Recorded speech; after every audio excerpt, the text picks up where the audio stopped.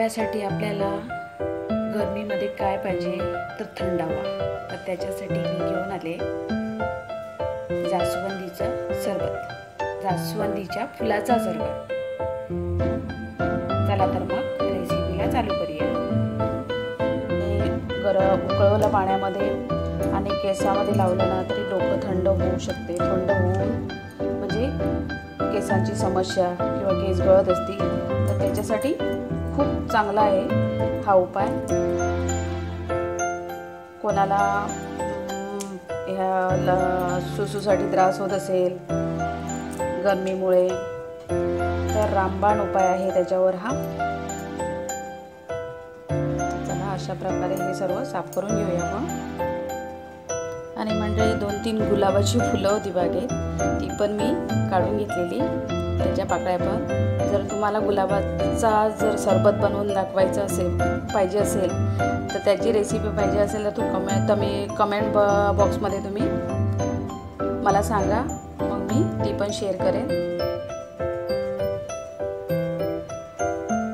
तर मंडळी असं हे सर्व मी साफ करून घेतलेलं आहे, तुम्ही बघू शकता।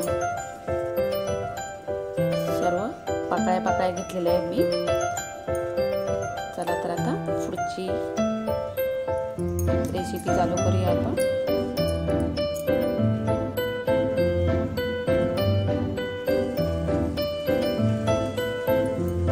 तर मंडळी इथे मी 1 वाटी भरून साखर घेतलेली आहे। ही 150 ग्रॅम साखर आहे। एवढी साखर 3 ग्लास पाण्यासाठी घेतलेली आहे। तर आता आपण साखर वितळून घेऊया।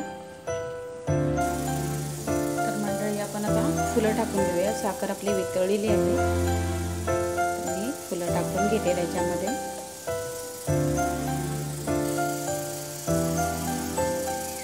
तुम्ही पाहू शकता फुलांचा कलर एकदम बदललेला आहे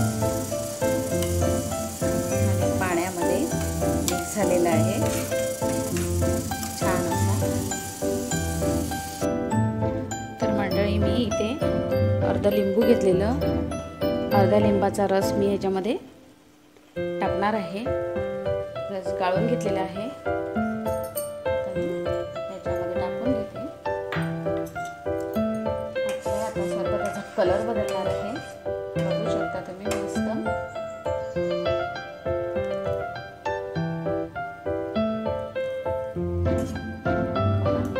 छान असा कलर आलेला आहे।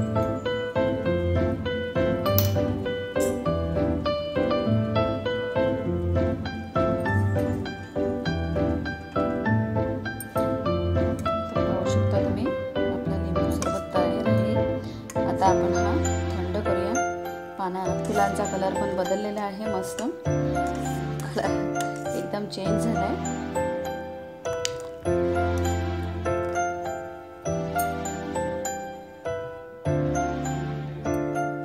तर मंडळी आपण आधी सब्जा थोडा टाकून घेऊया ग्लासामध्ये।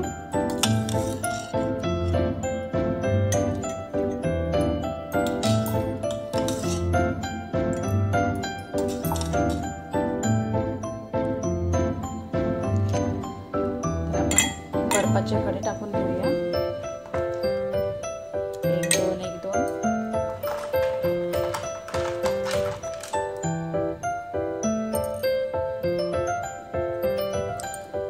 आणि आता आपण सरबत टाकूया।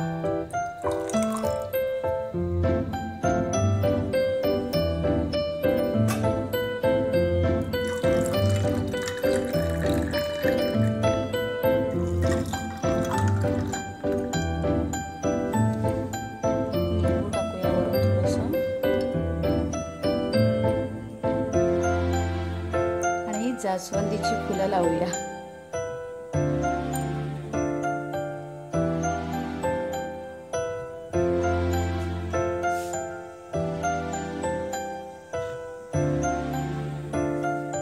आहे ना छान सरबत, तुम्ही करून पिऊन बघा आणि मग मला कमेंट करून सांगा। जर आवडला माझा व्हिडिओ तर लाईक, सबस्क्राईब